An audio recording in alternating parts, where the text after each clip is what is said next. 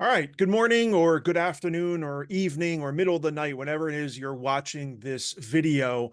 As I mentioned in Monday and Wednesday's class, because I have to travel on Friday, December 15th, in place of class is this video and an assignment that you'll complete. So rather than me lecturing for an extended amount of time, the main things I actually want to go over are written in the assignment itself. So what I'm going to do is just share my screen and explain to you what it is you're doing in place of class for Friday, December 15th. So what you're actually doing is you're going to do journal number 2, which is entitled My Personal Narrative Synopsis. So far, we've discussed the sort of general outlines of a personal narrative. We discussed the different types of topics. Remember, you're writing about something that is some sort of important event in your life. And it doesn't have to be some sort of overly dramatic moment in your life, but really anything at all. And I gave you examples of things, everything from the kid about the first time he wore flip-flops all the way up into, a student who wrote about the death of a friend as a result of a drug overdose, right? So there's no right or wrong when it comes to choosing a personal narrative topic. Anything can be a worthwhile narrative. But if you're really struggling with what to write upon, do remember that in our Unit 1 area for major assignment number 1, the personal narrative, there is a PDF entitled 50 Possible Narrative Topics. So if you're really not sure what to write upon, and I encourage you to write about something that you're interested in, and something that was important to you. But if you really have no idea, you can just simply, use this PDF and choose one of those topics. As a reminder, what we're working towards is a personal narrative essay that will be 3 to 5 pages in length. So the first step in writing really any essay is the pre-writing stage. And in the context of a personal narrative, the type of pre-writing I like to do is what I refer to as a synopsis.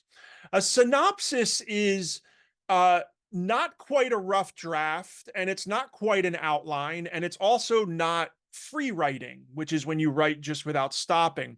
A synopsis exists somewhere in the middle of the pre-writing process. As I've written here, the goal of this journal assignment is to compose a synopsis for major assignment number 1, the personal narrative essay. A synopsis is between early pre-writing techniques like free writing and later steps such as writing a rough draft, and a synopsis exists somewhere in the middle of these steps. It's a summary. A synopsis is kind of like a summary of the narrative you plan to write, but it's a specific type of summary in that it focuses on the things that matter most to the genre you're writing in, right? So if you were doing a synopsis of, say, an argumentative essay you were going to write or a research-based persuasive essay, you would want to make sure that that synopsis contained your overarching argument, the major claims that you're going to argue, the counterclaims that you're going to refute. For a narrative, which is not a research-based or persuasive text, the things that matter to a narrative are things like setting, where your story takes place, what different locations, characters, who else is in your story, other people, what they look like, sound like, what they said, how they interacted with you. Um, Dialogue is an important part of a narrative. So a synopsis is like a summary of an essay, but you're really focusing on the things that make a narrative a narrative. A narrative is just a story. A personal narrative is a story from your own life. So you really want to make sure that your synopsis highlights things like where your story is going to take place. Now, if we were meeting in person, the way we would do this together in class is we would storyboard. If you've ever seen someone storyboard something, what it is you take like a giant whiteboard and you create little panels and you sort of create scenes. So like if you're going to make a movie, one of the earliest steps in making a movie is the director, the cinematographer, all the people to get together and they storyboard the movie. And what that means is they say, okay, scene 1 is going to open on the beach, right? And then scene 2, we're going to jump and we're going to be in the car with the protagonist and the co-star, and they're going to be driving home from the beach, and that'll be obvious because they'll still be in their bathing suits. Scene 4 jumps 2 weeks into the future, and we're now at a restaurant, right? So that's the way that cinematographers and directors storyboard a film. A narrative is similar to a film in that you're telling a story. You're telling a story from your life, but you can't tell every single detail, right? So if you're writing about the season that your basketball team went to the finals, and that's what you want to write about in your narrative, that's a great topic. But you obviously cannot write every single thing that happened in that story. It would be impossible.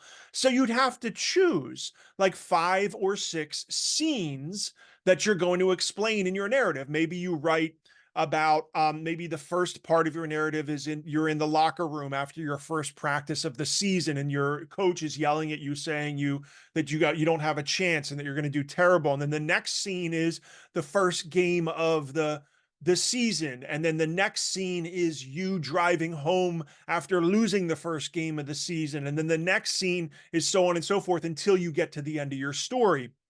That's what a synopsis compels you to do. It really gets you to think about, how are you going to tell your story, and what are the major moments in your story that you need to use that show not tell technique that we practiced in class today and Wednesday.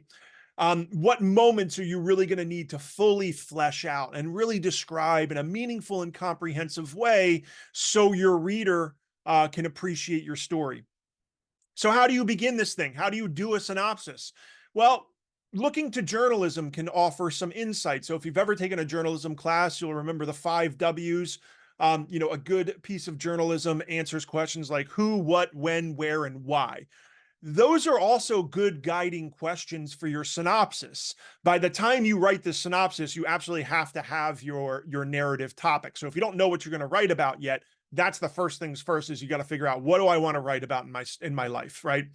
And then start asking yourself, like, where did my story take place? Start jotting down locations. Well, maybe it took place in your bedroom, and then later at a friend's house, and then later in a car, and then later in an emergency room, right? Maybe there's 4 different locations that you're going to focus on in your story. When did it take place? This is important. You're going to want to let your reader know when your story took place, right? Is this something that happened last week, or something happened when you were 13 years old?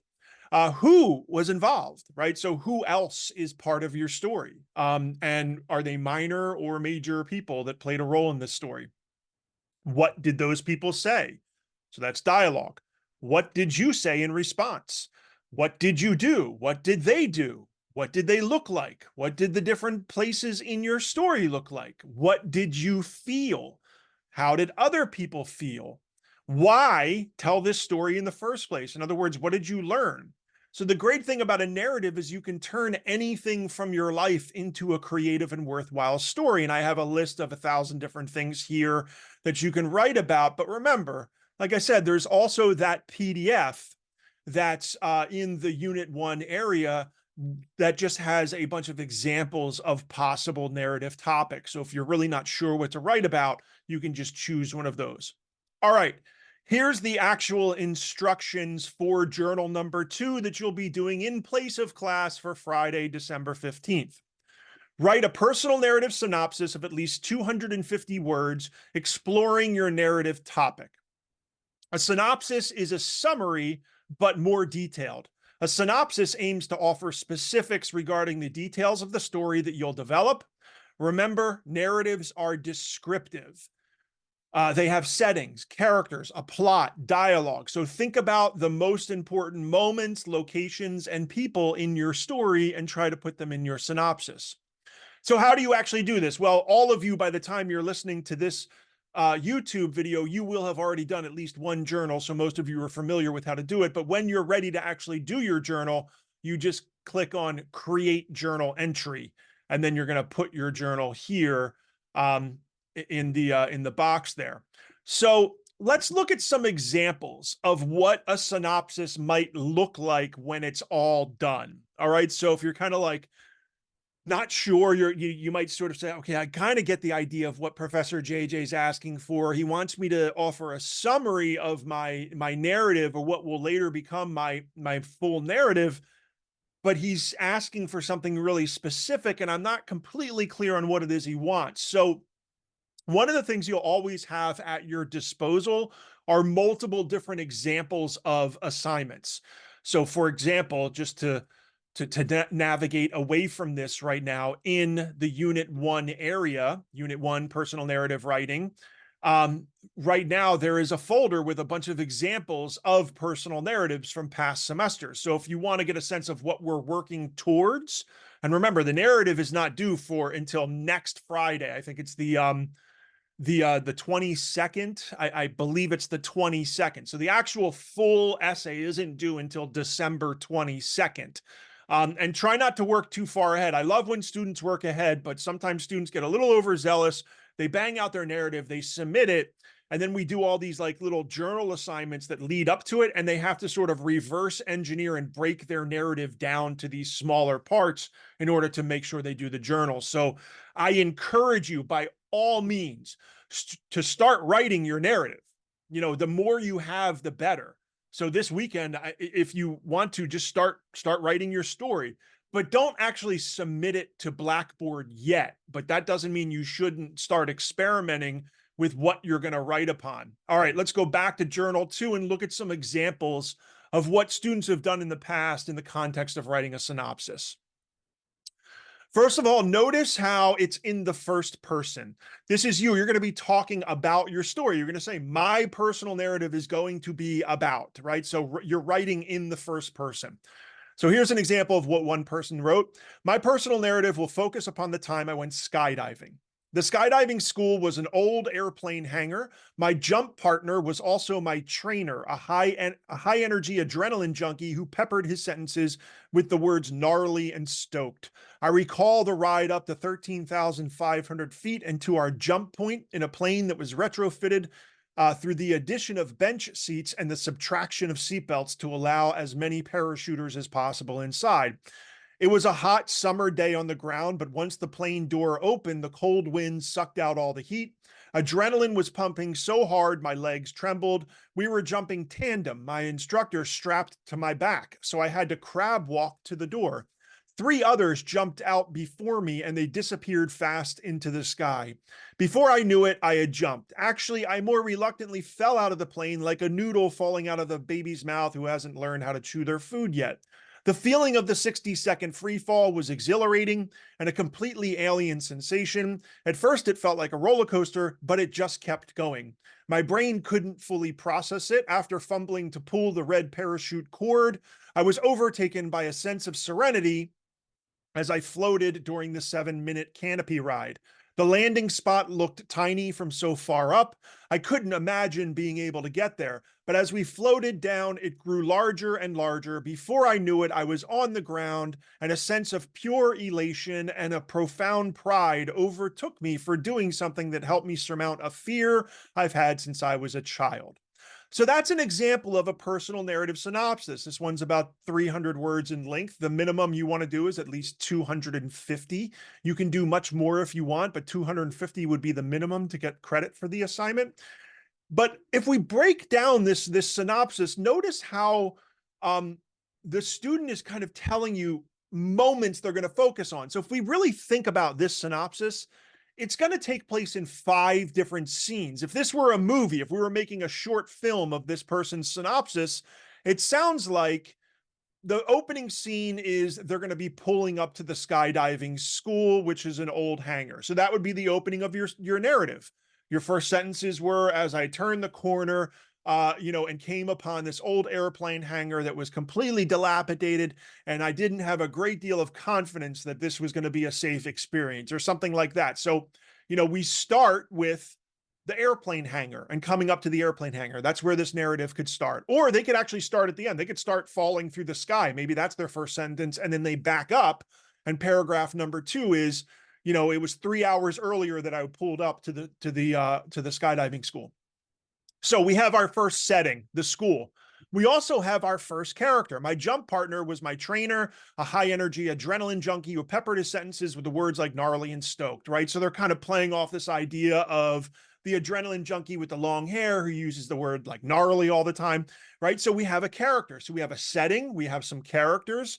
I recall the ride up to 13,500 feet. Setting number two. It sounds like the next chunk of their story is them in the airplane, right? So you show up at the training at the store at the school. We're introduced to the trainer, and then the next thing you know, we're in the plane and we're on our ride up, right? And they're giving us some good details. It was retrofitted with bench seats, so rather than having seats like a normal airplane, there's just a bunch of benches along the fuselage that you sit, so you can all kind of sit crammed together to get as many parachuters as possible inside a plane. They give you little details like it was hot on the ground, but cold when the door opened. The next thing we have, the next scene is walking to the door to jump out of the plane, right? So they're talking about how they're jumping tandem, which means you have your trainer strapped to your back. And as a result, you have to sort of work together to walk, right? So they talk about it like as a crab walk. So that would probably be another paragraph, getting up off the bench seat, walking to the door. Then you jump out of the plane. So setting number three is the sky, falling through the sky, right? That's going to be a big chunk of this story. I mean, you can't really talk about skydiving and write about skydiving without actually writing about the main experience of falling through the sky and the feeling of free fall. Next moment, same thing. They're still in the sky, but now the parachute has opened. So now you have that slow canopy ride down, right? So the free fall usually lasts for about 60 seconds. And then the canopy ride after your parachute opens lasts for, like, if any of you have ever gone skydiving before, I was fortunate to do it a few times years ago. But the canopy ride is the slow part, right? So that's like usually 7 to 10 minutes as you float down to earth, right? So setting number one, pulling up to the skydiving school. Setting number two, now you're on the plane flying up to your jump point. Setting number three, you're walking to the door. Setting number four, you're now in the sky. And then finally, setting number five, the landing spot. They talk about looking at it from really far away as they float down and saying, God, it's so far. And then they realize they get closer and closer. And before they know it, they're on the ground. So setting number five, you're on the ground. And they talk about, like, the pure elation and joy they have for doing something that they were always scared of when they were little. So that's an example of a synopsis. And that's what I'm asking you guys to do in place of class for Friday. I'm asking all of you to really start to think about your narrative. And there's a second example here as well. I'm not going to read it to you verbatim, but I encourage you to go to the journal and take a look at it. And you'll get a sense of exactly other possibilities of how to write this synopsis. So step one, before you do any of these things, before you write your synopsis, you have to know your topic, right? So think about something that's interesting from your life. It could be, like I said in our first classes, it could be something really dramatic, like the loss of a friendship, or it could be something mild, like your first family vacation, or the first time you traveled outside the country, or the day you got your driver's license, or the day that you learned how to ride a bike, or a great birthday party you had, or the memory of your grandmother and the death of a loved one, or death of a grandparent and how that affected you, or anything at all can sort of work as a personal narrative. So that's your job for Friday.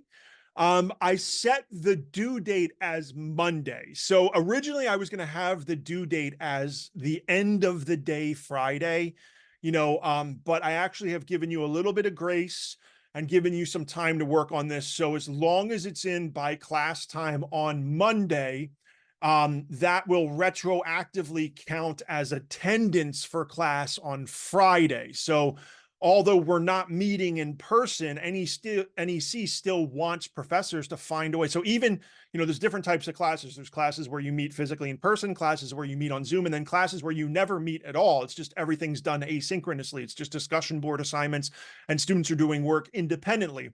Even in the classes where professors and students never meet together at the same time, even in those classes, NEC still wants professors to figure out a way to register attendance.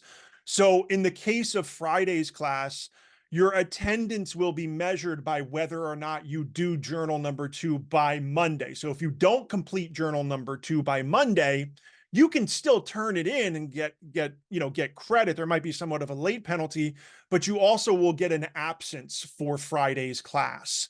So retroactively, what will happen is once you do the journal, I'll then go in and mark you present for Friday, since doing the assignment is what counts as class attendance, should that make sense. All right, so that's your job for Friday. I don't want to rattle on too long anymore. I think most of the information I wanted to cover is, like I said, in the assignment instructions. But if you have questions, be sure to reach out and let me know. Otherwise, I'll see you all Monday. Last thing I want to say, I'm still traveling Monday, so I'm not actually getting back to Henniker and to my house until Monday afternoon. However, um, whereas I don't know where I'll be Friday morning, that's why I'm doing this YouTube video. I am pretty certain I'm going to be still in my hotel room Friday or Monday morning rather, and I'm arranging for a later checkout at 12 noon. So we will have class as normal on Monday. It's just that I will be coming to you from somewhere other than my home. I mention that only because I don't know what the Wi-Fi situation is. I don't know what the how fast and how sturdy their Wi-Fi connection is. So I will do my best to hold class as normal on Monday. We'll meet on Zoom as per usual. But if technical issues become to the point where it's impossible to hold the class, I keep dropping out, there's no audio, stuff like that. I'm going to bring an Ethernet cable and plug directly into the connection there rather than relying on a hotel Wi-Fi, but still anything can go wrong. So just a heads up that I'll be traveling all weekend. I'm still available though. Reach out with questions via email. My response time, which is usually within 10 to 20 minutes, might be delayed a little bit. Usually I pride myself on responding to students within 5 or 10 minutes.